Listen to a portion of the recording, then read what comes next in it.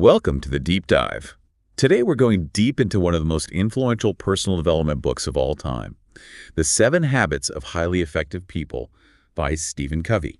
It's a classic. It is, and for this deep dive we're going right to the source, using Covey's book itself to unpack these powerful habits. Yeah, we're going to break down those big ideas. So if you're ready to boost your effectiveness in all areas of life, well, buckle up.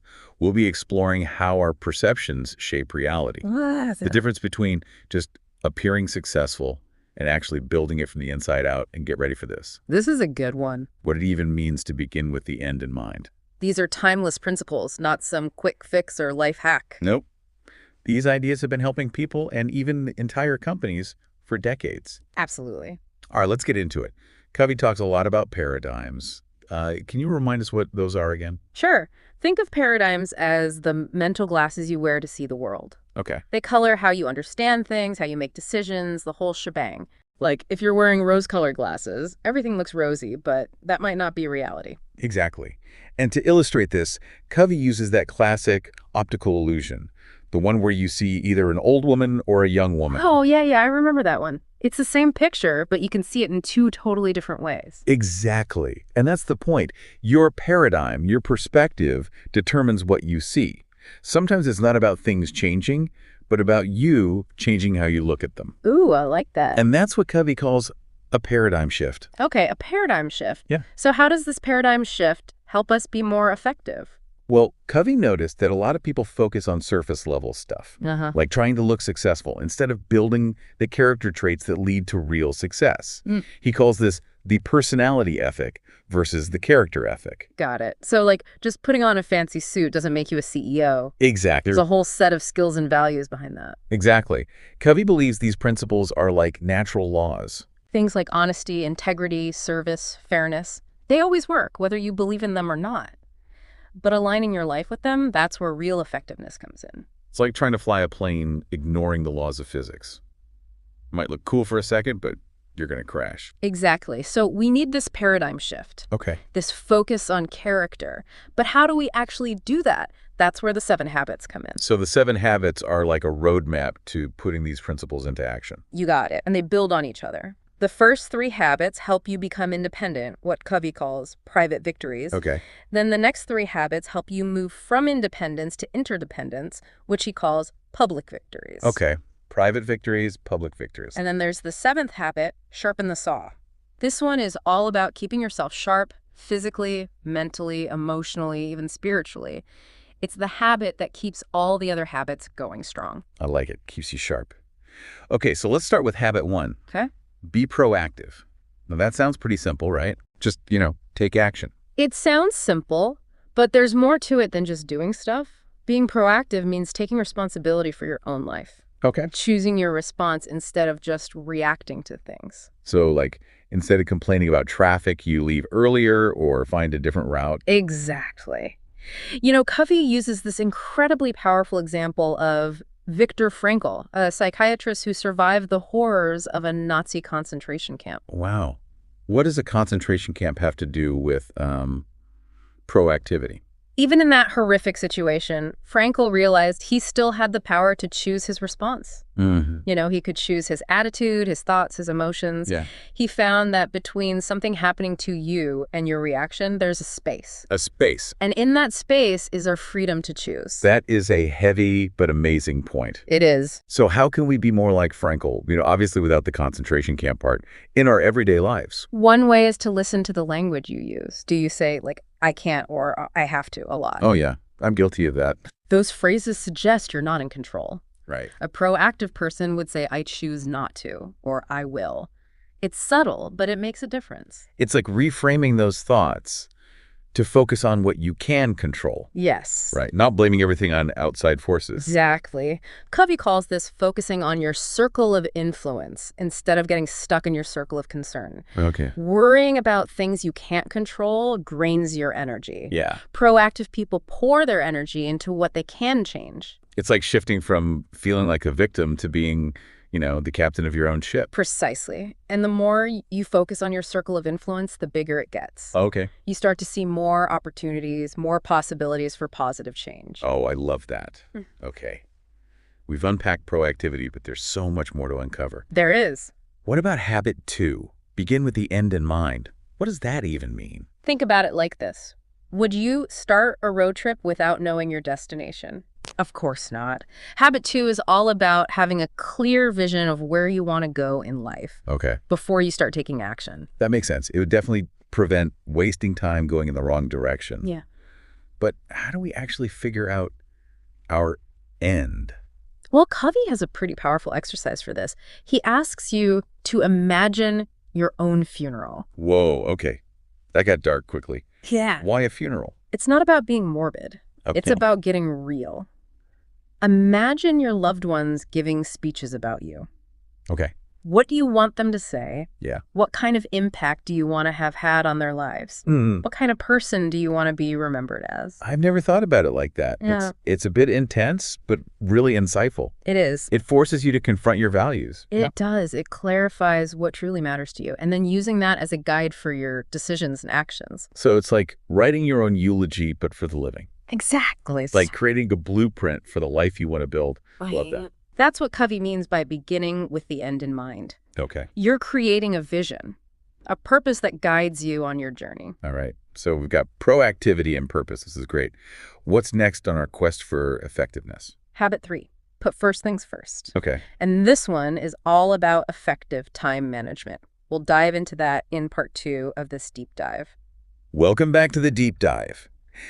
Last time, things got pretty deep as we explored the first 2 habits, being proactive and beginning with the end in mind. Yeah, we were setting the foundation. Exactly. And now we're moving on to habit 3, put first things first. I'm guessing this is all about time management, right? Something I think we could all use a little help with. Absolutely. But Covey's approach is, it's more than just to-do lists and calendars. It's about really making sure you're spending your time on what matters most. Okay, I like where this is going. So how do we do that? Covey created this really useful tool called the time management matrix. Okay. It's a way to divide your tasks into 4 quadrants based on urgency and importance. Okay, so I'm picturing a big graph in my head. Right. So one quadrant is for things that are both urgent and important. Think crises, deadlines, those things you absolutely have to deal with right now. I know those, the things that always seem to take over. Those things make us feel busy, but not always productive. Yeah, exactly. And then there's the urgent but not important quadrant. Okay. These are the interruptions, the distractions, the stuff other people want from you, but that don't actually help you reach your goals. Oh, yes, like those endless email chains that just suck you in. Exactly. Now here's where it gets interesting. The not urgent but important quadrant. This is where the magic happens. These are the activities that really move the needle in your life. Planning, relationship building, personal development, things that are easy to put off, but so crucial. So it's about being intentional and proactive instead of just reacting to whatever's the loudest. Exactly. Covey argues that most people spend way too much time in those first 2 quadrants, the urgent stuff, and they neglect the important but not urgent activities. But those are the things that really make us happier and more successful in the long run. Right. Think about it.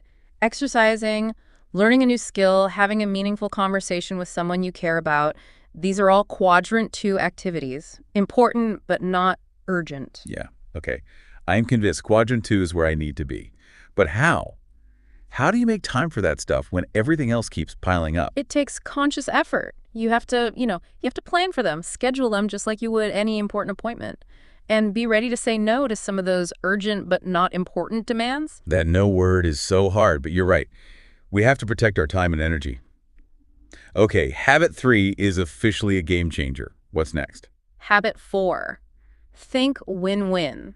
Now, this is where we move from independence into interdependence. Ooh, interdependence. Yeah, the ability to collaborate and create solutions where everyone benefits. I love that. But honestly, isn't win-win a little bit of a cliche? Like, in the real world, don't you think someone usually has to lose for someone else to win? It's a common way of thinking, but Covey, he really challenges that. He believes that in most situations, there are solutions that can benefit everyone involved. Okay. It requires a shift in mindset, from scarcity to abundance. The abundance mentality. Yeah. You mentioned that before. Can you break that down for us? Sure. It's the belief that there's enough success to go around, enough resources, enough opportunities for everyone. It's the opposite of that feeling that if someone else wins, you automatically lose. So it's like that saying, a rising tide lifts all boats. Exactly. And when you approach things with an abundance mentality, you're not coming from a place of fear or competition. You're open to collaboration, to finding creative solutions that work for everyone. That makes so much sense. It's like shifting from a me versus you to a we're in this together kind of approach. Exactly. It opens up so many more possibilities. When you're not afraid of others winning, you can truly listen to their needs, brainstorm together, and come up with ideas none of you could have on your own. Okay, I'm getting a warm and fuzzy feeling just thinking about it. But how do we actually apply this? Think win-win, I mean. It can't be all sunshine and rainbows, can it? Of course, there will always be disagreements and challenges, but a key principle here is to have a no-deal option in mind. Wait, what? No deal? Yeah. So we should be prepared to walk away. Exactly. And it's powerful because when you have a no-deal option, you're not desperate to make something work at any cost. You're free to be more honest, more open to really understanding the other person's needs. Yeah. And you only agree if it truly benefits both sides. So it's like knowing you have a safety net gives you the confidence to be more collaborative. You're not giving up your power. You're just making sure it's a good fit for everyone. Exactly. And if you can't find a win-win, you're comfortable walking away. No hard feelings, just an understanding that it wasn't the right fit. Okay, my mind is officially blown. Think win-win is more than a feel-good slogan. It's a whole strategy. It is. What's next? Habit 5. Seek first to understand, then to be understood. This one is all about communication, empathy, really listening to connect with others. Okay, I feel like I need a whole episode just on that one. Empathetic listening, it's such a buzzword these days, but what does it really mean in the context of Covey's work? Welcome back to the deep dive.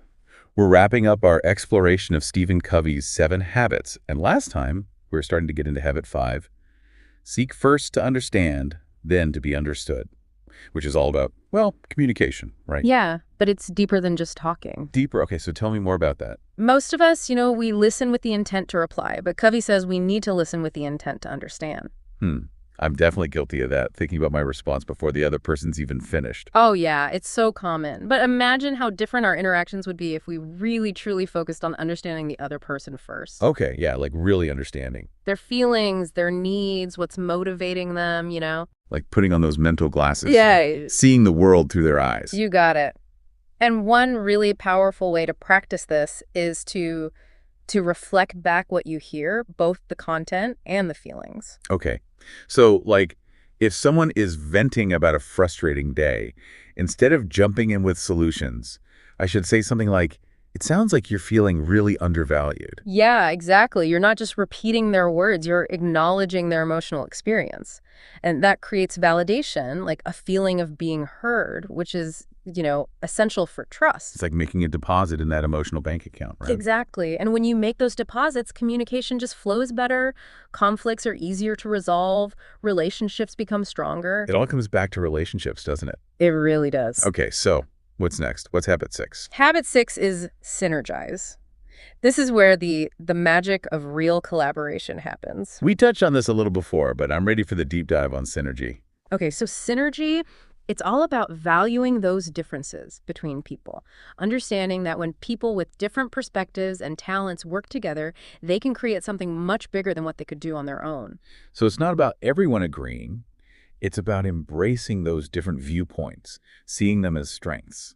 Right. Think of it like a musical ensemble. You wouldn't want all the instruments to sound the same, right? The richness comes from the interplay of those different melodies and rhythms. I love that. So it's about creating a safe space for people to express their ideas, even if they're different. Exactly. And that requires trust, respect, and a willingness to really listen to each other, to learn from each other.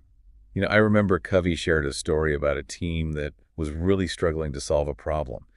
And they finally had a breakthrough when they brought in someone from a totally different department with a fresh perspective. Yeah. It's amazing what can happen when you step outside those silos. It's like cross-pollination. Right. The outsider, they challenged the team's assumptions, and they ended up with a much more creative solution than they would have had on their own. Wow. That's inspiring. It makes me think about how much potential is out there when we really collaborate. Okay, so that's 6 habits down, 1 to go. The final habit is sharpen the saw.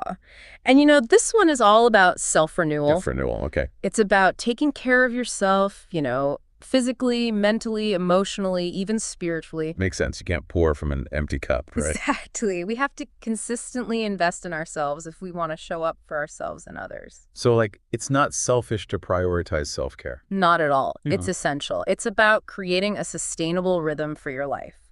Making time for exercise, healthy eating, relaxation, learning, connection, anything that nourishes you. This has been such an incredible deep dive. I feel like I have a whole new toolbox for life. I hope so. As we wrap up, I just want to say the power of these 7 habits, it really comes down to putting them into practice. Yeah, action is key. So be proactive. Start with that end in mind.